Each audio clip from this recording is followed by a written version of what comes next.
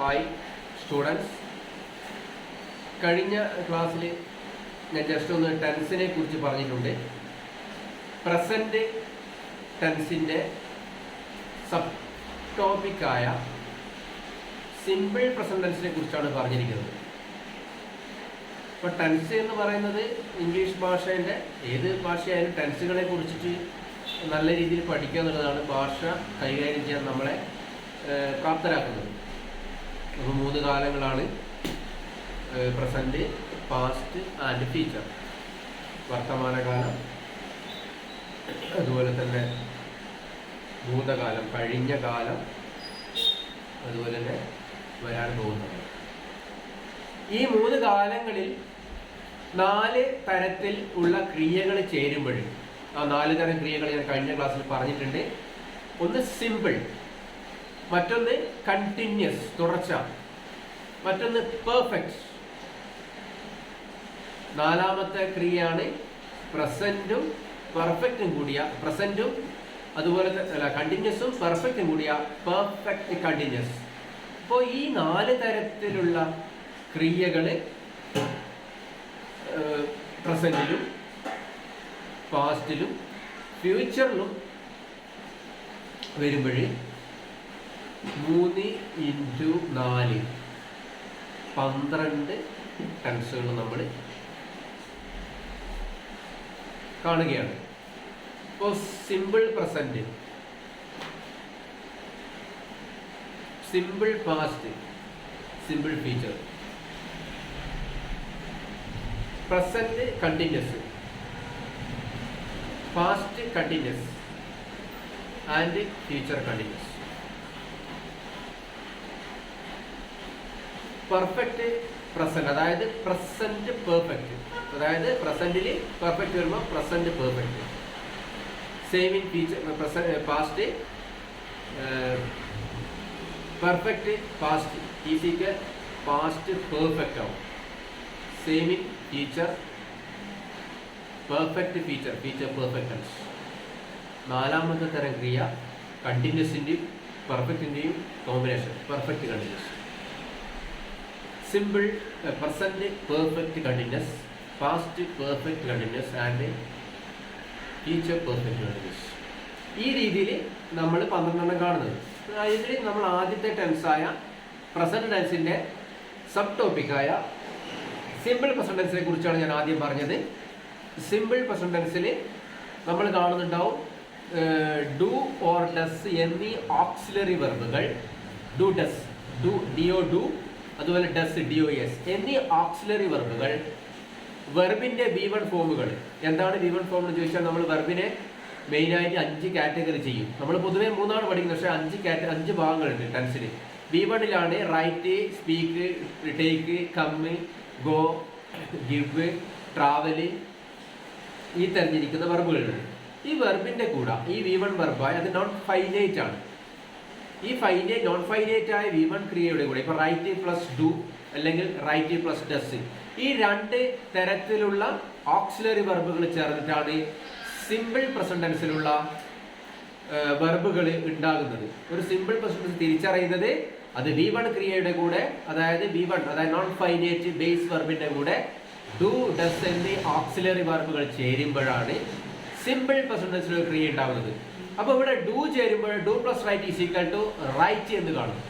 Do plus go is equal to go എന്നാ കാണുക.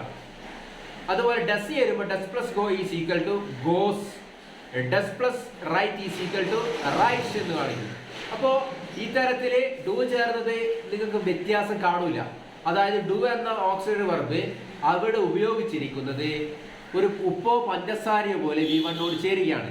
അപ്പോൾ ഉപ്പോ പഞ്ചസാരയോ V1 എന്ന വെർബ് നിങ്ങളൊരു പച്ചവെള്ളമായിട്ട് കാണുക. ഇപ്പോൾ റൈറ്റ് എന്നതൊരു പച്ചവെള്ളമാണ്. ആ റൈറ്റ് അല്ലെങ്കിൽ കമ്മി എന്ന് പറഞ്ഞിരിക്കുന്ന ഒരു പച്ചവെള്ളമായി കാണുമ്പോൾ ആ പച്ചവെള്ളമായ ക്രിയയിൽ ഉപ്പോ പഞ്ചസാരയോ ആയി നിൽക്കുന്ന ഡു ചേരുമ്പോൾ നിങ്ങൾക്ക് നിറവ്യത്യാസം, പക്ഷേ അത് ലയിക്കും. ഡു പ്ലസ് കം എന്ന് കാണും, വ്യത്യാസമില്ല. അപ്പോൾ V1 ക്രിയയിൽ പച്ചവെള്ളമാകുന്ന കമ്മ്, ഗോ എന്നീ V1 ക്രിയകളെ ഞാൻ ഒരു ഉദാഹരണത്തിന് പറയുന്നതാണ് നിങ്ങൾക്ക് മനസ്സിലാക്കാൻ. ഈ V1 ക്രിയയിൽ ഈ പറഞ്ഞിരിക്കുന്ന ഉപ്പോ പഞ്ചസാരയോ ആയി നിൽക്കുന്ന ആ സ്വഭാവമാണ് കാണിക്കുന്നത്, ഡൂവിൻ്റെ പ്രത്യേകത. ആ ഡു ചേരുമ്പോൾ നിങ്ങൾക്ക് നിറവ്യത്യാസം കാണില്ല.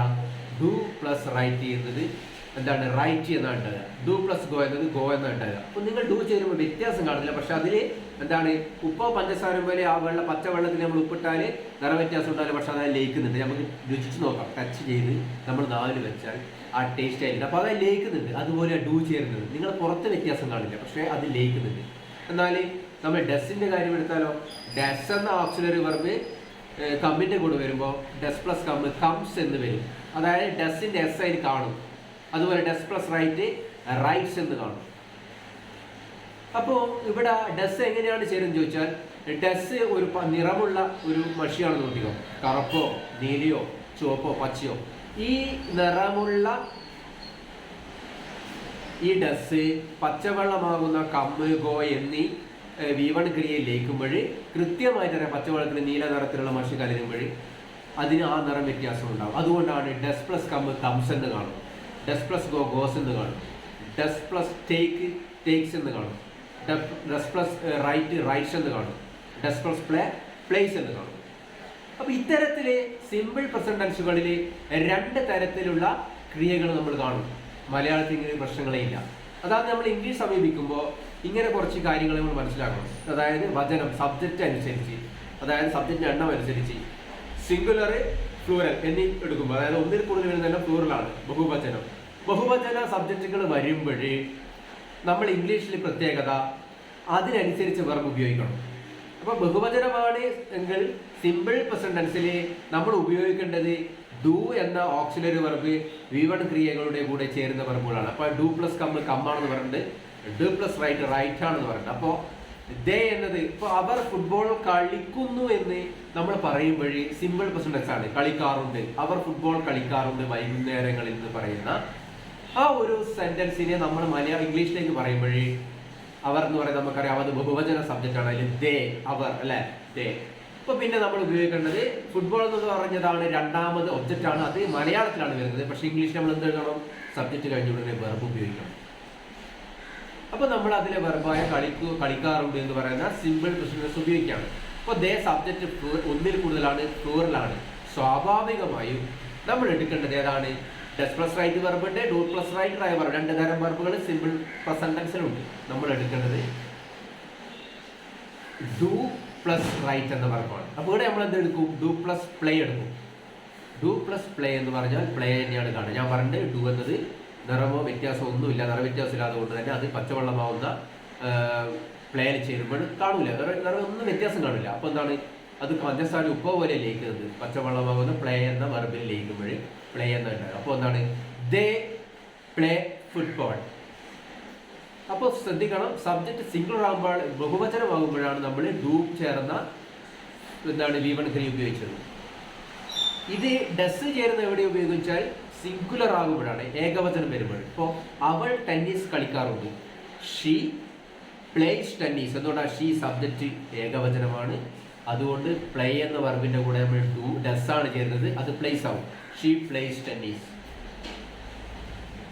അവൻ ക്രിക്കറ്റ് കളിക്കാറുണ്ട്, ഹി പ്ലേസ് ക്രിക്കറ്റ്. മനസ്സിലാക്കുക? അപ്പോൾ സബ്ജക്റ്റ് സിംഗുലർ പ്ലൂറൽ എന്നിവ അനുസരിച്ച് മലയാളത്തിൽ നിന്ന് വിഭിന്നമായി ഇംഗ്ലീഷ് ഭാഷയിൽ ഇങ്ങനെ ഒരു സംഭവമുണ്ട്. അതുകൊണ്ടാണ് നമ്മൾ സിമ്പിൾ പ്രസന്റ് സമീപിക്കുന്നത്. ഇങ്ങനെയാണ് വരേണ്ടത്. 2 തരത്തിൽ വെർബുകൾ ഉണ്ടാവും. പ്ലേസ് എന്ന് പറഞ്ഞാലും പ്ലേ എന്ന് പറയുന്ന അർത്ഥം ഒരുപോലെ തന്നെയാണ്. പക്ഷേ സിംഗുലർ സബ്ജക്റ്റിൻ്റെ കൂടെ ഇന്ന ഉപയോഗിക്കാം, അതുപോലെ തന്നെ പ്ലൂറൽ സബ്ജക്റ്റിൻ്റെ കൂടെ ഇന്നേ ക്രിയ ഉപയോഗിക്കാൻ നമുക്ക് ഇംഗ്ലീഷിലൊരു നിയമമാണ്, എഴുതപ്പെട്ട നിയമമാണ്. അപ്പോൾ ഇത് നിങ്ങൾ ഇങ്ങനെ പഠിച്ചു വരുമ്പോൾ നമുക്ക് വളരെ ഇൻട്രസ്റ്റിംഗ് ആയ ഒരു സംഭവമാണ്. ഇങ്ങനെയുള്ള കാര്യങ്ങൾ മനസ്സിലാക്കാതാണ് നമുക്ക് പലപ്പോഴും പ്രശ്നങ്ങൾ. ഇപ്പോൾ നമ്മളൊരു 10-15 ഉദാഹരണങ്ങൾ പറയുകയാണ്. അവൾ ചായ കുടിക്കാറുണ്ട്, ഷീ ഡ്രിങ്ക്സ് ടീ. ഞങ്ങൾ ചായ കുടിക്കാറുണ്ട്. ഞങ്ങൾ എന്ന് പറയുമ്പോൾ ബഹുവചനമാണ്. അപ്പോൾ ഞങ്ങൾ സ്വാഭാവികമായിട്ടും ബഹുവചനമായതുകൊണ്ട് ഞങ്ങൾ എന്ന് പറയുന്നത് ഇംഗ്ലീഷിലെ പ്രനൗൺ വി ആണ്. We drink tea. ഞങ്ങൾ ചായ കുടിക്കാറുണ്ട്. അവർ ട്രെയിൻ ഓടിക്കാറുണ്ട്. They drive train.